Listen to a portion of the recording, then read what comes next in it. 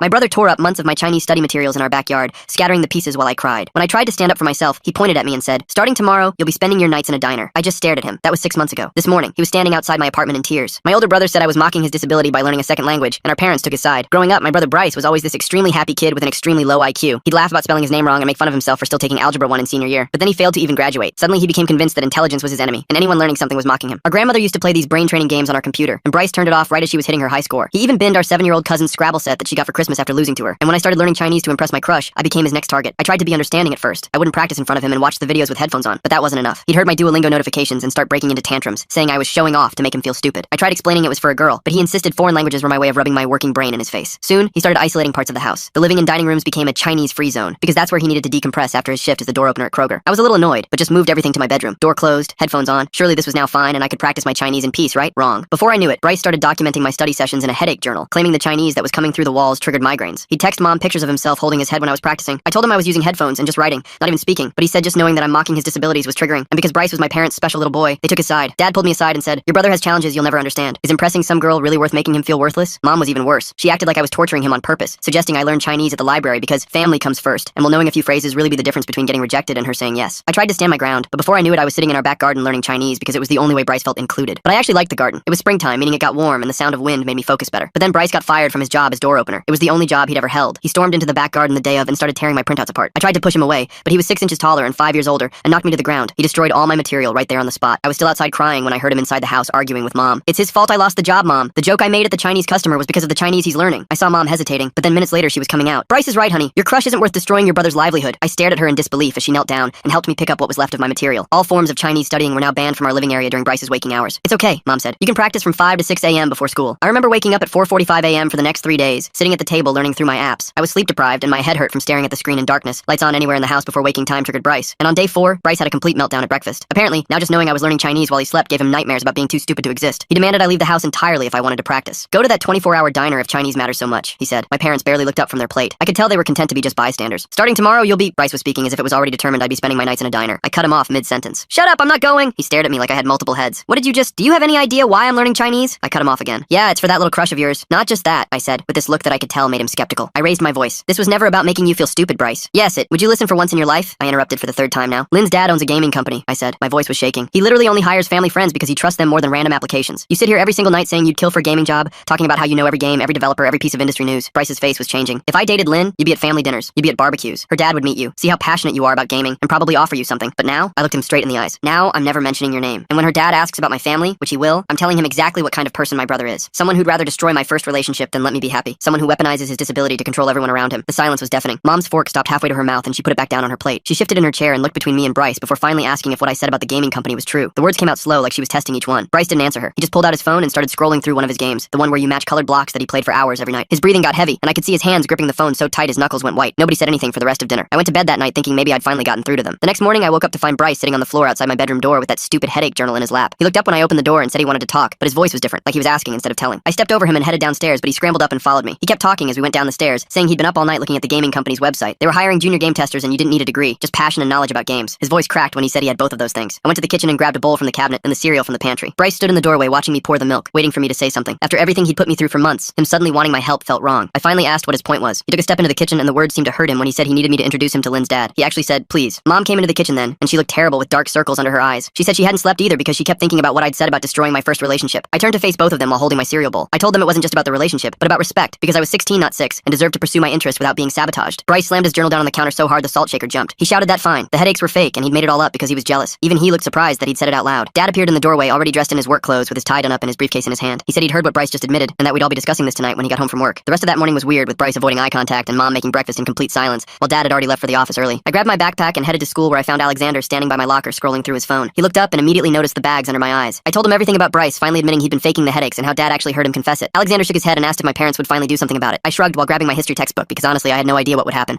But Mom had seemed different last night, like maybe she was finally seeing what had been going on. We were about to head to first period when Lynn appeared at my locker holding her Chinese workbook. She smiled and said she'd heard I was learning Chinese, which was really cool, and asked if I wanted to practice together at lunch. My heart started pounding so hard I thought she might hear it, but I managed to nod and tell her I'd like that. Alexander grinned and made some excuse about needing to get to class early before walking away to give us space. This was exactly what I'd been working toward all those mornings studying in the dark, and all those hours in the garden before Bryce destroyed my materials. Lynn and I talked for another minute about which apps we were using before the warning bell rang, and we had to split up for class. The whole day dragged on with me barely able to focus on anything except lunch with Lynn and whatever whatever Dad had planned for tonight. When I finally got home that evening, Dad was already there with his tie loosened and sleeves rolled up, sitting in the living room with Mom and Bryce. Why did Bryce think his joke about Chinese customers was connected to his brother learning the language? That jump in logic is so strange, like he's looking for anything to blame except himself. The room that used to be Bryce's Chinese free zone now felt like a courtroom with Dad sitting forward in his chair, looking more serious than I'd ever seen him. He started by saying that Bryce had admitted to faking his symptoms, which was manipulation and abuse. The word abuse hung in the air like something toxic, because we'd never used that word in our family before. Bryce's face turned red, and he jumped up from the couch yelling that he was the one with the disability, and he was the one who couldn't learn things like I could while pointing at me like I was the criminal here. Mom finally spoke up in this quiet voice saying that having a disability didn't give him the right to control others, and that she thought she'd been enabling him. I couldn't help the bitter laugh that escaped when I reminded her she'd made me study Chinese at 5 in the morning in complete darkness, because Bryce claimed he was having nightmares about it. 3 days later, Bryce had gone completely quiet and spent most of his time locked in his room with his laptop, which was weird because he usually watched TV in the living room from morning to night. Mom would bring him meals on a tray, but she wasn't doing the whole cutting his food into bite-sized pieces thing anymore, just left the plate by his door and walked away. I could hear him typing away at all hours, printing stuff out on our old printer that made this awful grinding noise every time it spit out a page. At school, Lynn and I had started meeting up during lunch to practice Chinese together, sitting under the big oak tree behind the cafeteria where nobody really went. She'd bring these flashcards her mom had made, and we'd quiz each other while eating our sandwiches, and she was way better than me, but never made me feel dumb about it. One day she mentioned her dad was looking for game testers for their new project, asking if I knew anyone who was really passionate about gaming. I froze with my sandwich halfway to my mouth because of course I knew someone, but part of me wanted to say no, wanted to punish Bryce for everything he'd put me through. But then I thought about what it could mean for our family if he actually got a job he cared about, how maybe things could change. That Friday night after dinner, I was heading to my room when Bryce cornered me in the hallway, shoving this thick stack of papers at me that he'd clearly spent hours putting together. The portfolio had every single game Miller Interactive had ever made with detailed analysis, screenshots he'd printed in color, even though Mom always yelled about ink costs, and these long paragraphs about game mechanics and story development. I flipped through page after page, shocked at how good it actually was, how he'd noticed things about the games I'd never even thought about despite playing some of them myself. He stood there watching me read, shifting his weight from foot to foot like a little kid waiting for test results. When I looked up at him, he said quietly that he wasn't stupid about everything, just most things, and it was the most vulnerable I'd ever seen him in my entire life. The next week I finally mentioned Bryce to Lynn while we were practicing, carefully telling her my brother was obsessed with her dad's games and actually knew more about them than anyone I'd ever met. She immediately perked up, saying her dad loved meeting true fans, and maybe Bryce could come to their weekend barbecue. When I got home and told Bryce about the invitation, his eyes actually filled with tears, and he kept asking if I was really doing this for him after everything that had happened. I told him I was doing it because it was the right thing to do, but made it clear that if he embarrassed me or made any comments about Chinese people, we were done forever, and he nodded so hard I thought his head might fall off. The day of the barbecue came way faster than I expected, and Bryce spent the entire morning in his room trying on different shirts. I could hear him through the wall practicing conversation starters with Mom, who kept telling him to just relax and be himself. She helped him pick out his nicest jeans, and even ironed his favorite gaming shirt that had some retro controller design on it. They spent almost 3 hours going over topics he could talk about if the conversation got awkward. When we finally got in the car to drive to Lynn's house, Bryce's hands were shaking so bad he couldn't even buckle his seatbelt properly. The whole ride there, he kept asking me what if questions about messing up or saying something dumb. We pulled up to this huge house with perfect grass and a 3-car garage, and Bryce just froze in the passenger seat. He wouldn't get out of the car for like 5 whole minutes and kept saying maybe this was a bad idea. His usual confidence where he'd boss everyone around was completely gone, and he looked like a scared little kid. I told him to just be the version of himself who loves games, not the version who tears up homework. He nodded and finally got out, but his legs were shaking as we walked up the driveway. Lynn answered the door with this huge smile and led us through to the backyard where her dad was grilling burgers. Mr. Johnson turned around with this warm smile and shook both our hands like we were important business partners or something. The second Bryce mentioned he'd beaten every achievement in their latest game, Mr. Johnson's whole face lit up. He started asking Bryce about specific mechanics and boss fights, and Bryce just came alive talking about frame rates and difficulty curves. All that stuttering and nervousness disappeared as he explained his strategy for the final boss that apparently only 2% of players had beaten. Mr. Johnson was leaning in, asking follow-up questions, and even called over some other guy who worked at the company to hear Bryce's analysis. They stood there for like an hour straight just talking about game design and player retention rates and stuff I didn't even understand. Lynn grabbed my hand and we went to get food while they kept talking by the grill. 2 hours into the party, I looked across the yard and Bryce was still deep in conversation with Mr. Johnson and 2 other employees. Lynn squeezed my hand and said my brother really knew his stuff, which made me feel weird because I'd never heard anyone compliment him before. We stayed until almost 9, and when we got home, Mom was waiting in the living room asking how it went. Bryce couldn't stop talking about how Mr. Johnson wanted to see his portfolio of game reviews he'd been writing. Mom actually started crying on the phone when she called me later that evening, saying Bryce hadn't been this happy in years. She kept thanking me for giving him this chance and saying maybe things could finally turn around for our family. I felt this weird mix of being happy for him, but also still mad about all the months of hell he'd put me through. I told her he needed to earn this opportunity and that one good day didn't erase what he did to me. She got quiet and said she understood, but I could tell she just wanted everything to go back to normal. The next morning, I was barely awake when Bryce burst into my room without even knocking. He was holding his phone and practically jumping up and down saying Mr. Johnson had emailed him about taking a real test. Not just a conversation, but an actual game knowledge test that could lead to an internship at the company. His excitement was so intense I thought he might pass out from not breathing properly between words. I told him that was great, but made sure to remind him this all came through my relationship with Lynn, the relationship he tried to destroy when he ripped up my Chinese homework and got me banned from studying in my own house. His face went from pure joy to something I'd never seen on him before, like actual shame was hitting him for the first time. He sat down on the couch and put his head in his hands, stayed quiet for maybe 30 seconds, which was the longest I'd ever seen him go without talking. When he looked up, his eyes were wet, and he asked me how he could make things right. I didn't have an answer ready because honestly, I never expected him to care about making anything right. Over the next week, something weird happened in our house. Bryce started studying for that test like his life depended on it, but not in his usual way where everyone had to suffer with him. He wore headphones, kept normal hours, didn't demand we all be silent when he was working. He'd set up at the kitchen table with his laptop and notebooks, writing down everything he knew about different game studios and their histories. Mom kept bringing him snacks and drinks, but he'd just nod and keep working, not making a big deal about needing special treatment. Dad noticed it first, pulled me aside one evening while Bryce was in his room reviewing his notes. He told me it was like having a different son, and that he should have stepped in years ago instead of letting things get so bad. The apology felt weird coming from him after all this time, but I could see he meant it. 3 days before the test, Bryce started getting nervous, pacing around the house and asking me questions about what Mr. Johnson might ask him. The morning of the test, he threw up twice before breakfast. Couldn't keep anything down. Hands shaking so bad Mom had to button his shirt for him. He kept asking what would happen if he failed, if he was too stupid even for this chance. I told him he wasn't stupid about games, that Mr. Johnson had seen that already, and to just trust what he knew. The words felt strange coming out of my mouth after everything he'd put me through, but I meant them. He left for the test looking like he might pass out but determined. The next 2 weeks waiting for results were the strangest our family had ever been. Bryce was anxious but not mean about it, didn't take it out on anyone, just kept refreshing his email every 10 minutes. Bryce spent 3 hours practicing conversation topics with their mom before the barbecue. That's such careful preparation preparation for someone who usually just demands things. How did his brain switch from memorizing game details to remembering social rules? Mom supported him without babying him for once, telling him whatever happened, they were proud he tried. Dad actually sat at dinner with us and asked about everyone's day, instead of hiding in his office. At school, things were good too. Lynn and I were officially together and everyone knew it. Alexander kept joking that I'd turned family dysfunction into a relationship strategy, but he wasn't completely wrong about that. Lynn thought the whole situation with Bryce was crazy, but she was glad something good might come from it. Mrs. Rodriguez pulled me aside between classes one day, said my teachers had noticed I seemed happier lately and wanted to check if everything was okay at home. She'd been worried about me since sophomore year when I'd shown up to school exhausted from those early morning study sessions. I told her things were actually getting better, and she looked genuinely relieved. 2 weeks and 3 days after the test, we were all at dinner when Bryce's phone buzzed. He grabbed it so fast he knocked over his water glass, hands shaking worse than test day. He tried to open the email but couldn't manage it, shoved the phone at Mom and asked her to read it. She opened it and started reading out loud about how they were pleased to offer him a position in their game testing department. Bryce completely lost it, started sobbing harder than I'd seen since he was maybe 8 years old. He kept saying he got it, that someone actually wanted him for his brain, not despite it. Mom was crying too. Dad got up and actually hugged him, which I hadn't seen in years. Even I felt something in my chest watching him realize he was worth something to someone who wasn't family. Dad went straight to the kitchen and came back with a bottle of champagne we'd been saving since New Year's, popping it right there in the living room while Mom kept wiping tears from her face and pulling Bryce into these tight hugs every few minutes. Bryce sat on the couch reading that offer letter again and again, his finger tracing each line like he was scared the words might change if he looked away, and I watched him mouth the salary number at least 20 times before Dad poured everyone a glass, even giving me half of one. The whole thing felt like watching a different family, like aliens had replaced the people I'd lived with for years, because Dad was actually talking about Bryce's future, and Mom was making plans for his first day, instead of just worrying about his feelings. We stayed up until almost midnight talking about the job, about gaming, about everything except Chinese or disabilities or any of the stuff that had torn us apart for months. Around 11 that night, I was already in bed when I heard the knock on my door, soft at first, then a bit louder, and when I opened it, Bryce was standing there looking more uncomfortable than I'd ever seen him, shifting his weight and staring at the floor. He started talking fast, saying he'd been jealous of everything about me, not just the Chinese, but how I learned stuff without trying, made friends without thinking about it, did all the things that felt impossible for him. His voice cracked when he admitted he'd wanted to punish me for being everything he couldn't be, for having the brain that worked right, for making him feel broken just by existing. I told him I knew, that I'd figured it out months ago, but knowing why didn't make it okay that he'd made my life hell, destroyed my stuff, gotten me kicked out of my own house at 5 in the morning. He nodded and pulled out his phone, showing me a shopping cart full of Chinese learning books and apps he'd been researching, saying he wanted to use his first paycheck to replace everything he destroyed, and maybe I could teach him some basic phrases for work since there might be Chinese clients. The next 2 weeks passed in this weird adjustment period where Bryce would practice saying hello and thank you in Chinese while getting ready for work, wearing his new more interactive t-shirt around the house like it was made of gold. Mom started telling him no for the first time I could remember. Like when he wanted to skip his first team meeting, she made him go anyway, and Dad actually stayed in the room during family dinners instead of disappearing to his office. Everything felt different but fragile, like we were all learning how to be a family again. And when Alexander came over 3 weeks later, he stopped in the doorway and looked around like he'd walked into the wrong house. He kept saying the place felt different, lighter somehow, like everyone could finally breathe without worrying about setting off a bomb, and even pointed out that I was doing my Chinese homework at the kitchen table instead of hiding. Things were going well until about a month into the job when Bryce came home early one Tuesday, looking like someone had died, his face white and his hands shaking as he told us he'd made a huge mistake in testing that might get him fired. He'd missed a major bug because he'd been showing off to his team lead about knowing some obscure game mechanic, got distracted and approved something that crashed the whole system, costing them hours of work. But instead of throwing things or screaming or blaming me somehow, he sat at the table and asked what he should do, how he could fix it, how he could show them he could learn from mistakes, instead of just being the stupid kid who broke everything. I grabbed my laptop and sat next to him at the kitchen table, something that would have been impossible just months ago. We spent the next hour typing and retyping his email to his supervisor,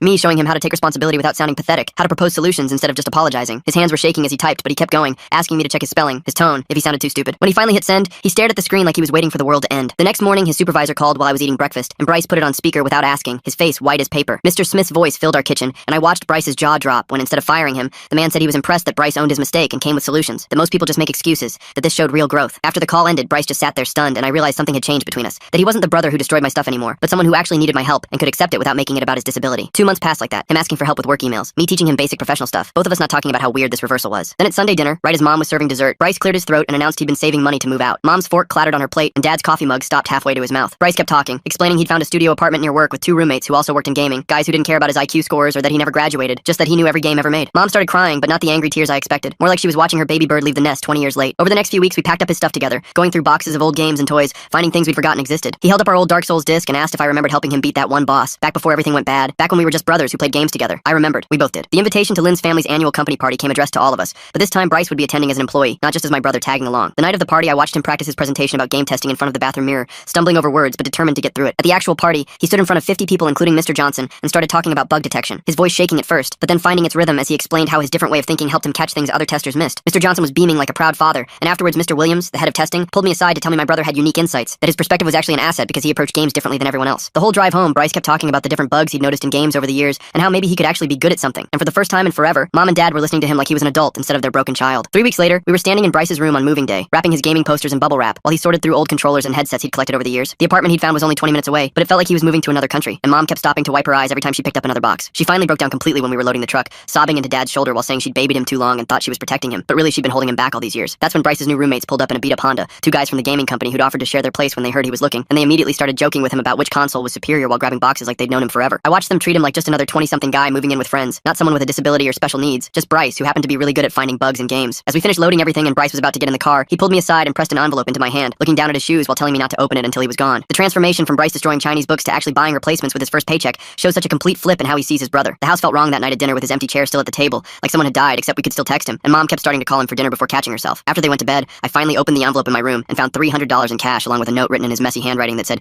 he was the disabled one, but he disabled me too, and he was sorry, and could I maybe teach him some Chinese when he got settled. My hands were shaking as I read it 3 times, then folded it carefully and put it in my desk drawer with my old Chinese materials. A week later, he called while I was doing homework, practically yelling into the phone about how he'd cooked spaghetti for the first time, and it was terrible and stuck to the pot, but it was his terrible spaghetti that he'd made himself without anyone helping. Lynn and I went to visit him the next weekend, and he showed us around the apartment like it was a palace, pointing out his corner with his gaming setup in the kitchen where he'd burned the spaghetti in his bedroom that was already a disaster of clothes and game boxes. His roommates were there playing some new release, and one of them looked up and said, I was the brother who got him the connection, and thanks because Bryce was actually cool and had already found 3 major bugs they'd missed in testing. We all ended up playing together for hours, passing controllers around and arguing about strategies, and Bryce wasn't trying to control everything or prove he was smarter, just sharing what he knew and actually listening when Lynn suggested a different approach to a boss fight. This was who he could have been all along if we hadn't all been so focused on what he couldn't do instead of what he could. If Mom and Dad hadn't wrapped him in bubble wrap and told him the world was too hard for him to navigate alone. 2 weeks after that, Mom and Dad went to visit him for dinner and came home looking 10 years younger, going on and on about how he'd cooked them chicken that was only slightly burned and had shown them his pay stub from his first real paycheck, and how his roommates had said he was already one of the best testers on the team. I started practicing Chinese right in the living room after that visit. My textbook spread across the coffee table while Mom read her magazine on the couch nearby. Nobody complained or made faces or claimed migraines anymore. Sometimes I'd video call Bryce in the evenings and he'd ask me to teach him basic phrases, sitting in his tiny apartment kitchen with his roommate's cat wandering through the background. He was terrible at tones and kept mixing up simple words, but he'd laugh at his mistakes and try again, writing notes in his messy handwriting. At school the next week, I stopped by Mrs. Rodriguez's office and told her everything that had happened since the court stuff. She leaned back in her chair and said something about people needing to hit bottom before they could change, and how our family had found a way through. 3 months passed like that, with Bryce getting better at his job every week, until one Thursday evening my phone rang while I was doing homework. It was Bryce, and he was crying so hard I could barely understand him at first, but then he managed to get out that he'd been promoted to senior tester. His voice cracked when he said they valued his brain, his different brain that noticed things other testers missed. That Sunday we started what became our new tradition, with everyone gathering at our house for dinner. Bryce drove himself over in the used Honda he'd bought with his own money, walking through the door with this confidence I'd never seen before. We ate Mom's lasagna and talked about normal stuff like work and school and the weather. During dinner, Bryce cleared his throat and announced he'd enrolled in online classes. Just basic stuff, he said, wanting to try learning again at his own pace. Dad stood up with his glass and made this short toast about second chances and new beginnings. We all raised our glasses, even Bryce with his apple juice, since he never did like champagne or any alcohol really. Lynn showed up for dessert, bringing homemade cookies she'd baked with her mom. Bryce thanked her in Chinese, butchering the pronunciation completely but saying it with real sincerity. She smiled and gently corrected his tones, and he laughed at himself without any of that old shame or anger. While Mom was cutting the pie, Bryce admitted he might fail the classes, but wanted to try anyway, because failing wasn't the worst thing anymore, not trying was. As everyone got ready to leave and Lynn helped Mom with dishes, Bryce pulled me aside near the front door. He looked at me for a long moment, then said simply that he was grateful for the chance, for my patience, for not giving up on him completely even when he'd been at his worst. I watched him drive away to his own life a few minutes later, while Mom and Dad waved from the doorway like proud parents should. The house felt peaceful now in a way it never had before. I sat down in the living room to practice my Chinese characters while my parents read nearby, nobody claiming territories or keeping journals of grievances or demanding anyone leave. We were still figuring out how to be a family without all the old toxic dynamics,